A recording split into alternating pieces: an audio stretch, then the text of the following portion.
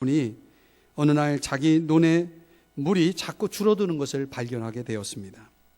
알고 보니 옆에 있는 그 논의 임자가 자기 논에서 물을 자꾸 허락 없이 빼가는 거예요. 그런데 그 장본인이 누군가 했더니 최근에 자기가 나가는 교회에 새로 등록한 초신자입니다. 이 같은 교회에 다니는 사람이니까 어쩔 수 없이 이 화가 나도 꾹 참고 그리고 다시 그 수로를 원상태로 돌려놨다는 것입니다. 그런데 그 이튿날 보니까 또다시 그 자기 논에 물을 빼간 거예요. 어떻게 이럴 수가 있나 하고 순간적으로 화가 치밀어 올랐는데, 그런데 그런 자기 모습을 보면서 마음이 불편한 거예요. 그래서 이 사람이 이제 뭘 하냐면 기도를 하는 겁니다. 기도를. 하나님 앞에 이제 기도를 드리는데 뭐라고 기도하냐면, 주님, 분명히 저 사람이 잘못되고 그리고 내가 올바른 일을 하는데 왜 내 마음이 이렇게 불편합니까? 왜 내 마음이 이렇게 좀 마음이 평안하지 않습니까? 이렇게 주님 앞에 물으면서 기도를 하는 겁니다. 그때 마음속에 하나님이 이제 들려주시는 음성이 뭐냐면 이런 음성을 들려주시더래요. 그래, 너는 올바른 일을 위해서만 살겠니? 올바른 일을 위해서만 살겠니? 좀 그 이상의 삶을 살 수는 없겠니? 이렇게 주님이 말씀하시더랍니다. 좀 그 이상의 수준에 맞춰서 좀 살 수는 없겠니? 이 응답을 깊이 생각한 그 신자는 이튿날 자기 논의 수로를 그 이웃 논으로 이렇게 돌려놨다고 합니다. 그러니까 어떤 일이 벌어졌을까요? 얼마 후에 허락도 없이 자기 논에 물을 빼간 그 이웃이 찾아와서 하는 말, 당신은 정말 그리스도인이군요. 나는 이제부터 당신처럼 예수님을 믿고 따르는 자가 되고 싶습니다. 이런 말을 했다는 것입니다. 사랑하는 여러분, 우리의 삶이 어떤가? 오늘 이 신자가 하나님의 음성을 들은 대로 그 이상으로 살 수는 없는가? 그저 우리의 인생의 목표가, 우리의 삶의 목표가 올바르게 살아가는, 그저 내가 그냥 올바르게 살아가면 된다라고 하는 그런 주의로 살고 있다면 그 수준이 아니라 주님 우리에게 기대하시는 수준은 뭡니까? 내가 당신 때문에 나도 당신처럼 예수 믿고 예수님 따르고 싶습니다라고 말하는 이런 놀라운 영향력, 이런 세상을 변화시키는 수준의 삶을 우리 주님이 저와 여러분에게 기대하신다는 사실을 아십니까? 오늘 하나님께서 우리들에게 도전하시는 말씀이 또한 그러합니다. 오늘 고린도전서 1장 10절의 말씀을 같이 읽었는데요, 고린도 교회의 성도들을 볼 때에 그런 수준, 세상 사람들과 구별되어서 좀 더 나은 수준의 그 이상의 수준의 삶을 살아가지 못하는 모습에 대해서 바울이 염려하며 편지를 씁니다. 그러면서 10절에서 뭐라고 말씀하냐면 온전히 합하라. 온전히 합하라.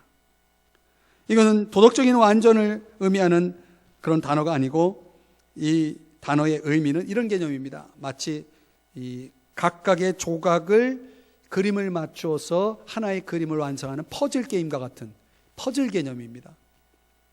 그래서 오늘 하나하나 그 퍼즐이 가지고 있는 그 조각 자체는 별 의미를 주지 못하지만 그 조각이 모아져서 제자리를 찾고 그래서 완성이 되면 하나의 큰 그림이 완성되고 그 그림을 통해서 우리는 전체를 볼 수 있듯이 마치 그와 같이 살아야 된다는 말씀입니다. 그래서 여기에 잘 어울리는 단어가 뭡니까? 조화라는 단어죠. 조화.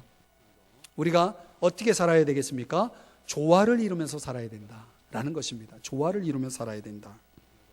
근데 바울이 고린도 교회에 이런 편지의 내용을 소개한 것은 뭐냐면 고린도 교회가 그렇게 조화를 이루지 못하고 있었다는 거죠. 서로 화합하지 못하고 갈라서고 이런 문제가 발생이 되면서 바울은 하나된 화합된 공동체로 돌아가라는 호소를 하고 있는 것입니다. 왜 이런 호소를 하고 있는가? 말하자면 11절의 말씀에 보면 그들 가운데 뭐가 있었냐면 분쟁이 있었기 때문이다.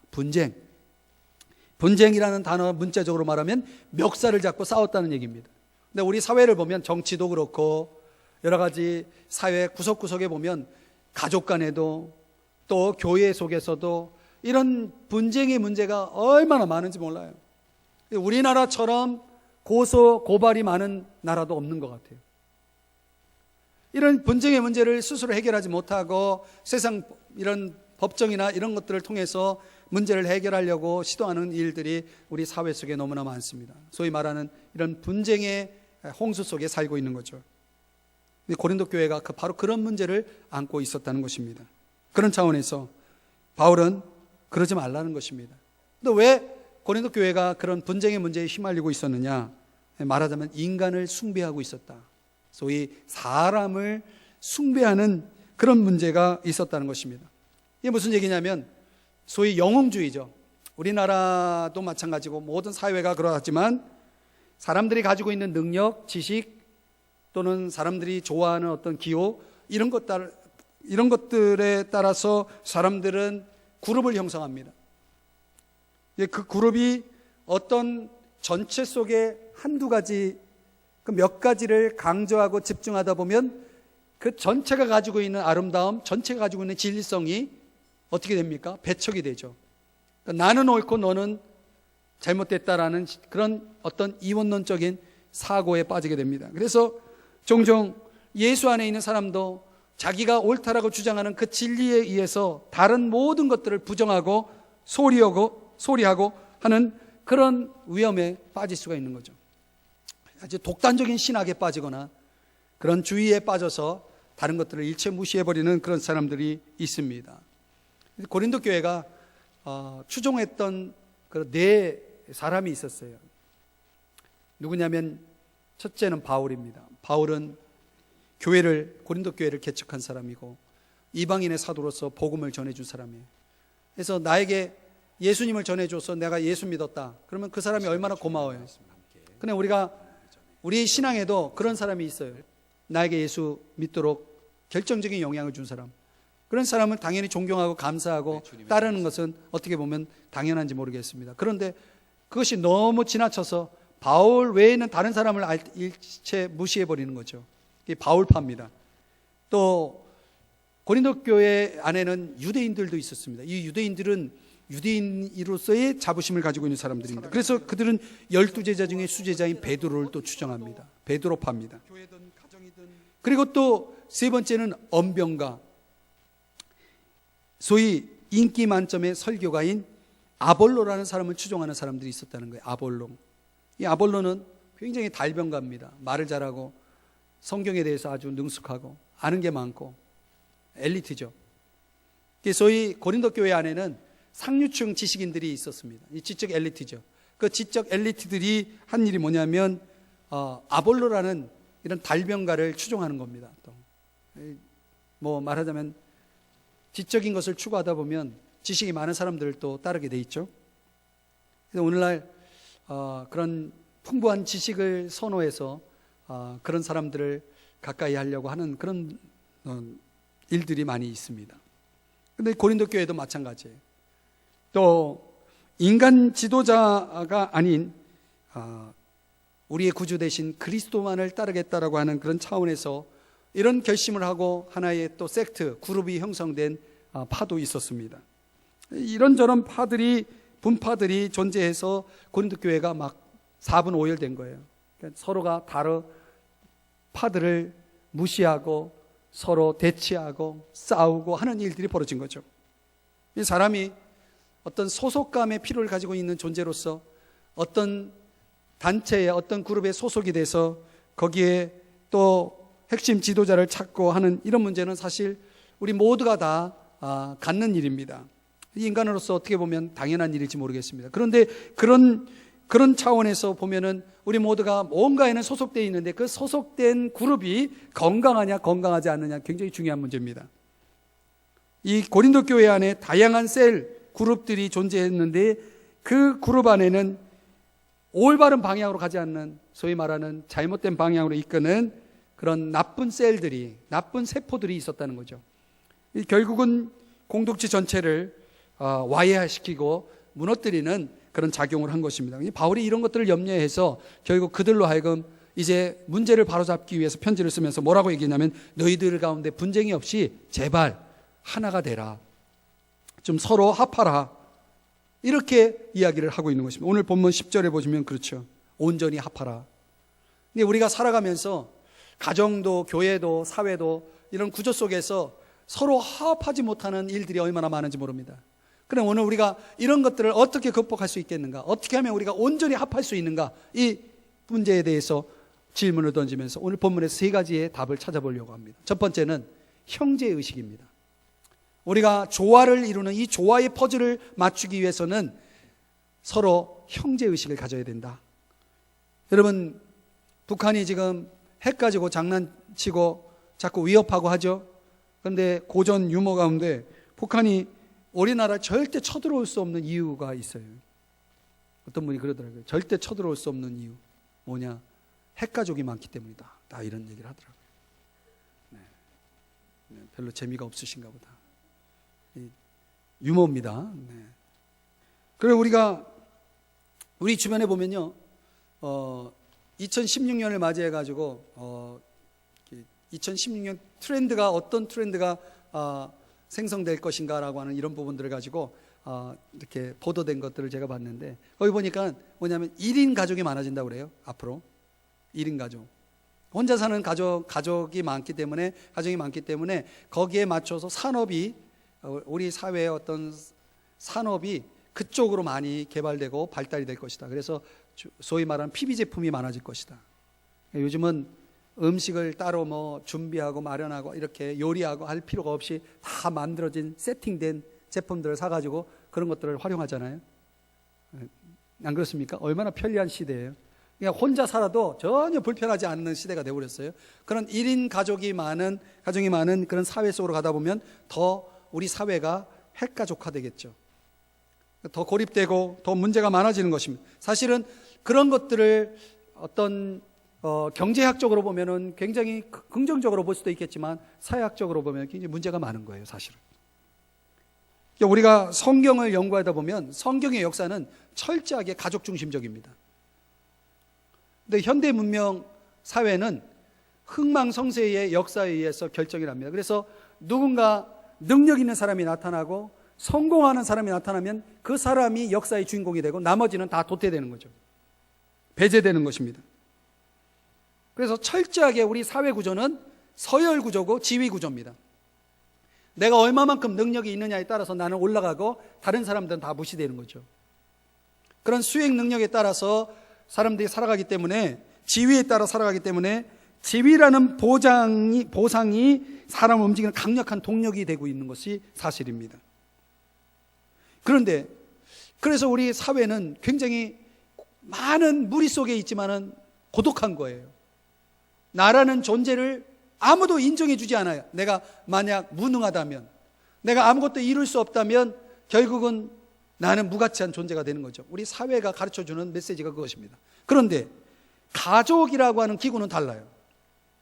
가족은 내가 무엇을 성취해서 또 어떤 능력을 가지고 있어서 얻는 지위가 아닙니다. 가족은 태어나면 가족이 되는 것입니다. 이 가족 안에는 잘난 사람도 있고 못난 사람도 있는 것입니다.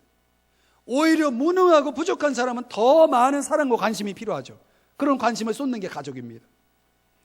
그래서 가족이라고 하는 것은 성공과 실패가 존재하면서 그럼에도 그 구조는 영원히 존재할 수 있는 구조고 은혜와 사랑이 녹아내린 그런 선택의 여지가 없는 인간 기구가 되는 것입니다.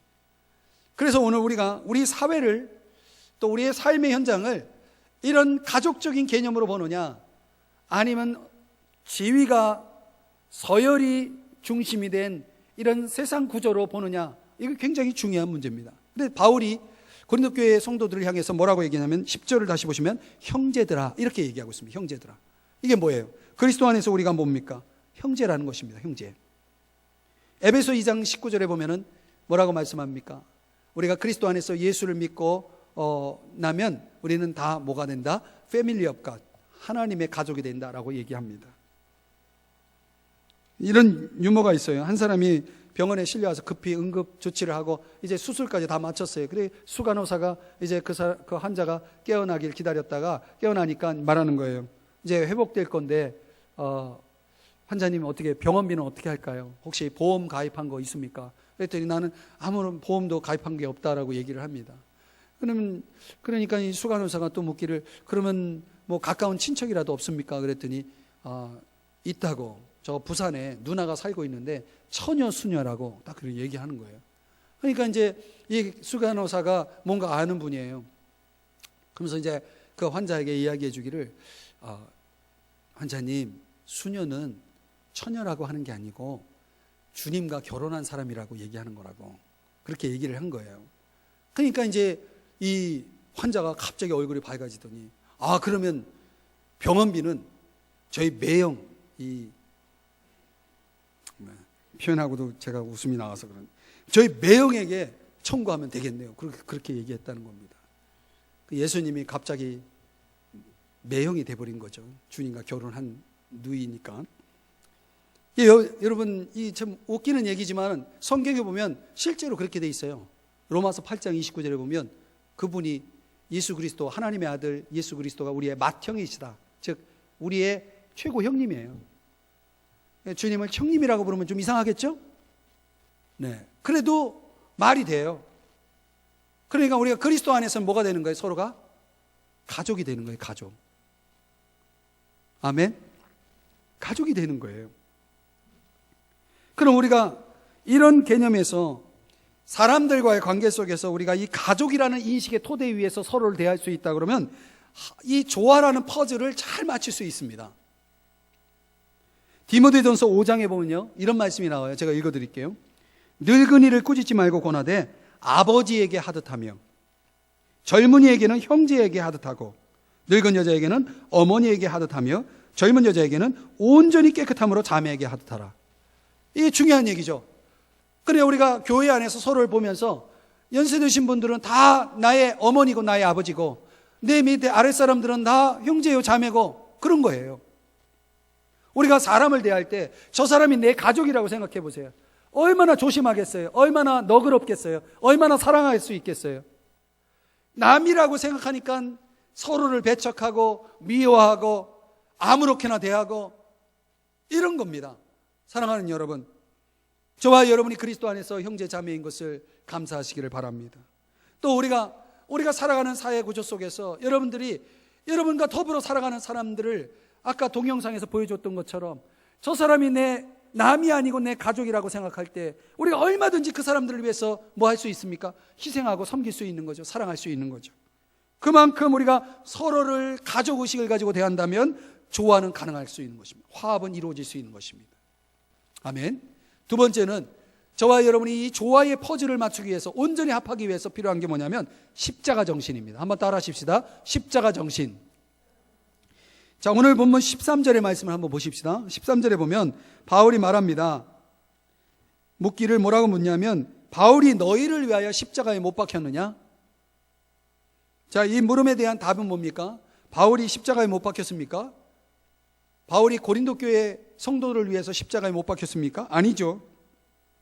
이 지금 누구를 향해서 이런 질문을 던지고 있는 거냐면 바울은 바울 자기를 좋아해서 추종하는 사람들에게 질문하는 거예요. 왜 내가 너희를 위해서 십자가에 못 박혔냐? 왜 나에게 집착하고 왜 나를 추종하니? 여러분, 바울이라는 사람은 자기가 좋아서 자기를 좋아해서 자기를 추종하는 사람들을 향해서 뭐 하고 있냐면 책망하고 있어요. 아니, 나를 좋아해서 나를 따르는 사람들을 좋아해야 되는 게 맞잖아요. 그런데 바울은 그렇게 하지 않았다는 것입니다.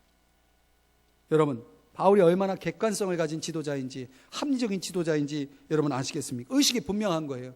바울의 입장에서 보면은 바울은 자기를 따를 것이 아니고 실제로 누가 우리를 위하여 십자가에 못 박혔느냐? 누가 우리를 위해 십자가에 죽으셨느냐? 예수님이 아니냐? 그러므로 마땅히 우리는 누구를 따라야 된다? 예수님을 따라야 한다. 이것을 지금 강조하고 있는 것입니다. 사랑하는 여러분, 오늘 누가 우리를 위해 십자가에 못 박혔습니까? 예수님입니다. 그러면 마땅히 저와 여러분 누굴 따라야 되겠습니까? 예수님을 따라야 되는 거예요. 우린 예수님 덕분에 죄사함 받고 예수님 덕분에 새 생명을 얻은 것입니다. 고린도 교회는 그런 예수님을 뒤로 하고 바울을 따르고 베드로를 따르고 아볼로를 따르고 이런 일들을 벌인 거예요. 바울이 13절 다시 보시면은 또 어떤 질문을 던지냐면 바울의 이름으로 너희가 세례를 받았느냐? 당연히 아니죠. 세례는 당연히 예수 그리스도의 이름으로 세례를 받죠. 이제껏 사탄을 주인으로 섬겼던 사람들이 예수를 주로 고백하고 주인으로 고백하고 나를 위해서 비싼 값을 대신 치러 주시고 나를 사신 예수 그리스도, 그분의 종이 된다는 것이 세례를 받는다는 의미예요. 내가 예수님을 주인으로 인정하고 예수님의 종이 되겠다는 그런 신앙 고백 속에서 받는 게 세례인 것입니다. 그래서 우리가 예수님의 이름으로 세례를 받았다는 것은 곧 나는 예수님의 종이 됐다는 그런 의미예요. 여러분이 세례를 받았다면 여러분은 예수님의 종인 것입니다. 그리고 예수님을 따라야 되는 것입니다. 심리학자 스콧 팩이라고 하는 분이 아직도 가야 할 길이라는 책을 썼는데 그 책에 이런 명언이 있어요. 삶은 반전의 연속이다. 예컨대 아프리카 선교의 아버지라고 할 수 있는 리빙스턴의 이야기 가운데 그 아프리카 오지에서 사역을 하고 이제 영국으로 돌아와서 귀국보고를 합니다. 그런데 사람들이 그를 향한 존경심을 가지고 이런 질문을 던져요. 얼마나 그 오지에서 고생이 많았냐고, 얼마나 희생을 많이 하셨냐고. 이렇게 질문을 던지자 리빙스턴이 웃으면서 빙그레 웃으면서 이렇게 대답을 합니다. 희생이라는 단어를 사용하지 마세요. 저는 희생을 한 적이 없습니다. 저는 항상 즐겼을 뿐입니다. 그러니까 이 리빙스턴은 아프리카 선교를 하면서 자신이 고생한다라고 생각하지 않았다는 것입니다. 자신이 선교하면서 겪는 그 모든 희생과 어려움은 다 뭐예요? 자신이 즐긴다라고 하는 그런 관점에서 그런 것들을 해석하고 있었던 거예요. 여러분, 우리가 살아가다 보면 여러 가지 어려움도 있고 희생도 있고 아픔도 있죠. 근데 그것만 있는 게 아니에요. 그 속에 뭐도 있습니까? 기쁨도 있고 감사도 있고 행복도 있는 거예요. 항상 불행만 있습니까? 행복도 있는 거예요. 항상 힘듦만 있습니까? 아니, 그 반대도 있는 거예요. 이 스코펙의 말대로 삶에는 고통과 즐거움이 항상 공존한다는 거예요. 이게 예수님의 십자가를 통해서 우리가 배워야 할 거예요. 예수님은 그 고통스러운 십자가를 지셨지만 그 십자가를 고통으로만 여기지 않았다는 거예요. 즐거이 기쁨으로 그 일들을 감당했어요. 그리고 그걸 통해서 우리의 구원을 이루셨어요. 그러므로 여러분, 우리가 십자가를 기억해야 되는 것입니다. 예수 그리스도의 십자가 앞에 우리가 서야 하는 것입니다. 여러분, 십자가 앞에 서면 사람이 다 평등해져요. 왜? 여러분, 우리가 가지고 있는 재능, 능력, 경험, 지식, 이게 뭘 중요해요? 십자가 앞에 서는 순간 우리는 다 뭐가 돼요? 죄인이 되는 거예요. 십자가 앞에 서는 순간 우리는 다 그분의 용서와 은혜를 입은 죄인이 되는 것입니다. 그리고 십자가 앞에 서는 순간 저와 여러분은 이제 그분 앞에서 아무것도 아닌 존재, 그러나 이제 너무나 소중하고 가치 있는 존재가 되어지는 것입니다. 그 십자가 안에서만 우리의 본질을 제대로 이해하고 볼 수가 있는 것이에요. 거기서 그 깨달음에서 나오는 게 뭐냐면 십자가 정신인 것입니다. 이 십자가 정신이 뭡니까? 감사입니다. 겸손입니다. 희생입니다. 순교입니다. 그리고 바울은 이 십자가의 정신을 가지고 살아서 이 십자가의 정신으로 그는 날마다 나는 죽노라 라고 하는 고백으로 산 것입니다. 여러분이 만약에 이 십자가의 정신을 가지고 살아가고 있다면 여러분 어디서든 누구라도 여러분은 하나가 될 수 있습니다. 내가 죽을 수 있다면. 그래서 사람들이 이 십자가 정신을 잃어버리니까 교만해지고 자기 우월감에 빠지고 쓸데없는 자존심을 내세우고 이러면서 사람들과 대치하고 배척하고 싸우고 상처받고 이런 겁니다.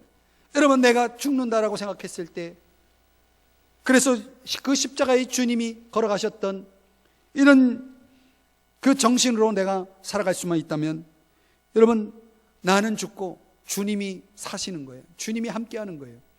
그래서 여러분, 우리는 얼마든지 조화를 이룰 수 있는 것입니다. 오늘부터 한번 실천해 보세요. 내가 죽었다. 나는 죽었다. 나는 죽었다. 이렇게 생각해 보세요. 여러분, 문제가 될 게 아무것도 없습니다.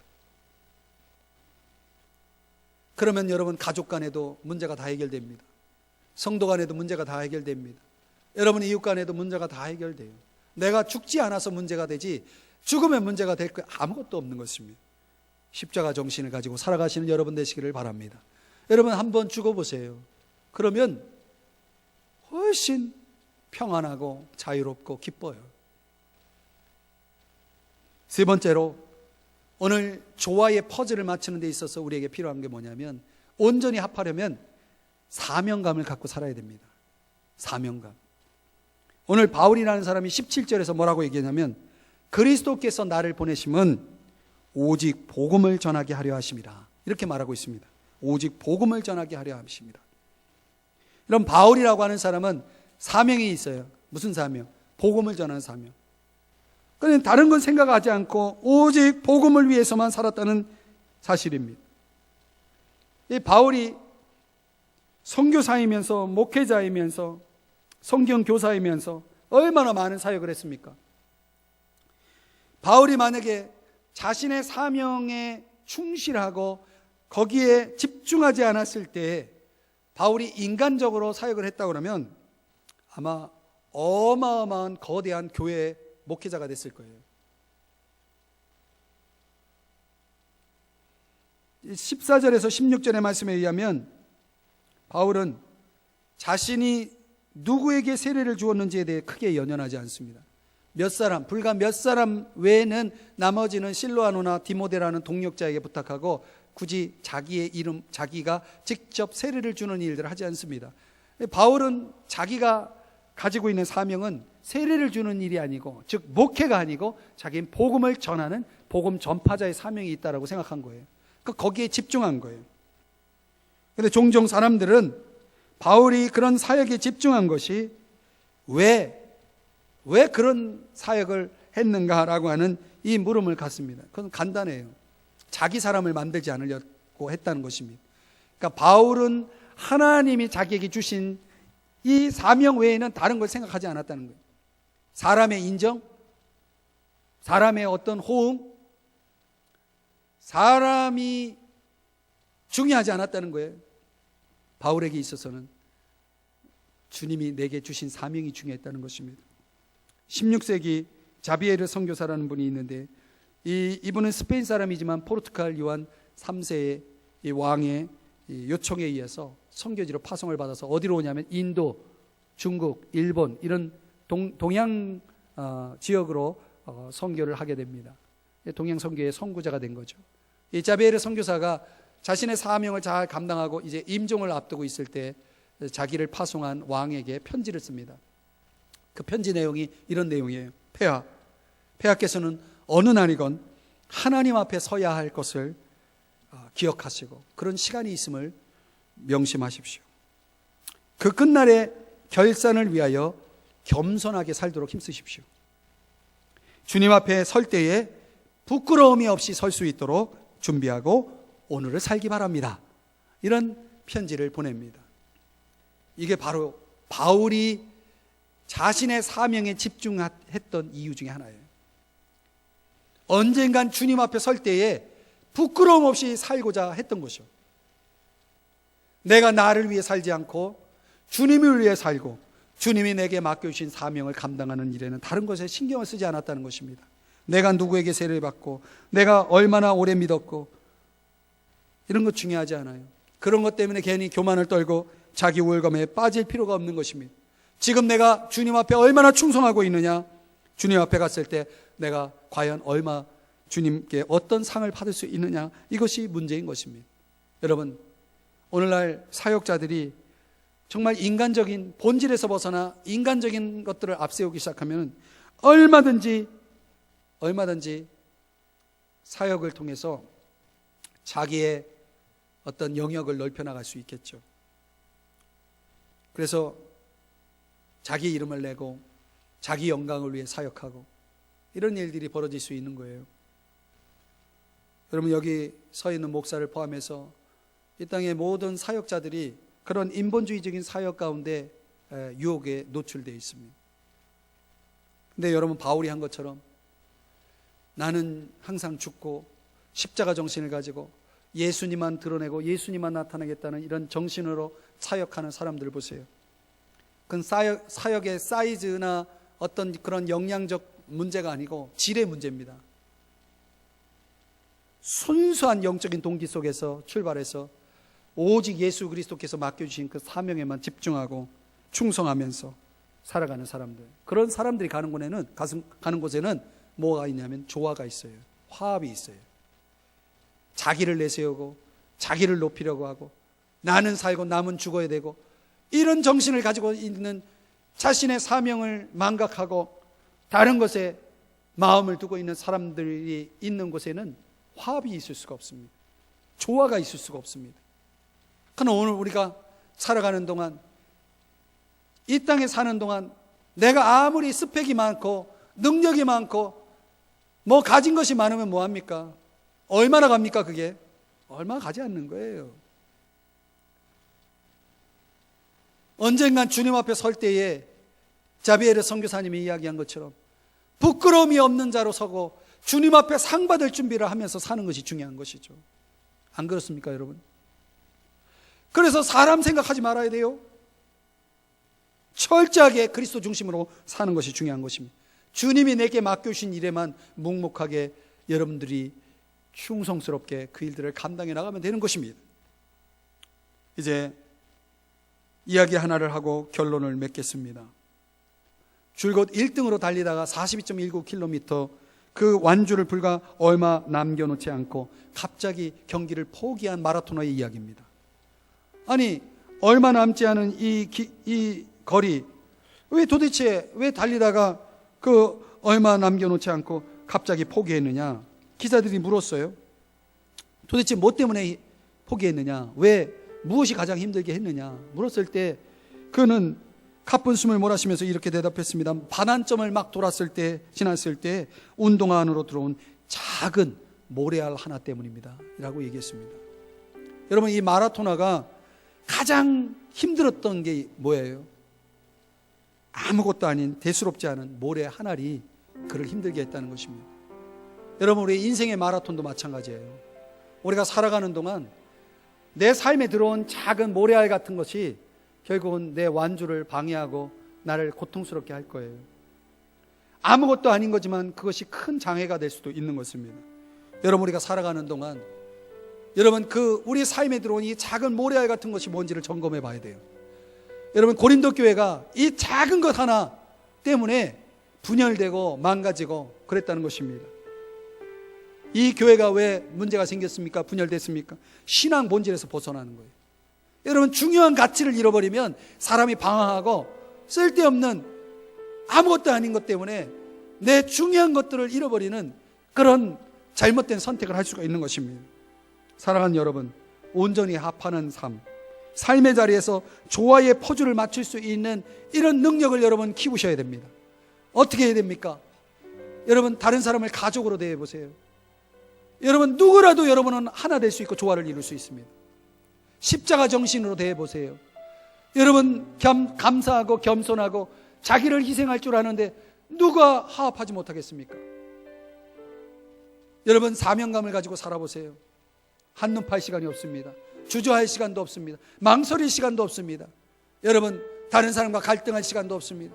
사명 외에는 다른 것을 보지 않는다면 오늘 저와 여러분은 훗날 인생의 결산의 날에 주님께 상을 받을 것이고, 그것을 위해 살아갈 수 있다면 여러분, 화합은 누구라도 언제라도 가능한 것입니다. 사랑하는 여러분, 예수 그리스도 중심으로 사시고 계시나요? 오늘 이 주일에 하나님 앞에 나와 예배드린 여러분 마음속에 생각해 보세요.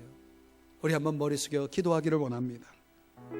누구와도 화합할 수 있고 교회도 가정도 다 쉽게 화합이 될 수 있는 길, 예수 그리스도 중심으로 사는 것입니다. 주님, 예수 중심으로 살게 하여 주옵소서. 가족으로, 십자가 정신으로, 사명감으로 하나님, 이런 의식을 가지고 살게 하여 주옵소서. 우리 한번 이 시간에 같이 한번 머리 숙여 잠시 기도하는 시간을 갖기를 원합니다. 우리 한번 다 같이 기도하시겠습니다.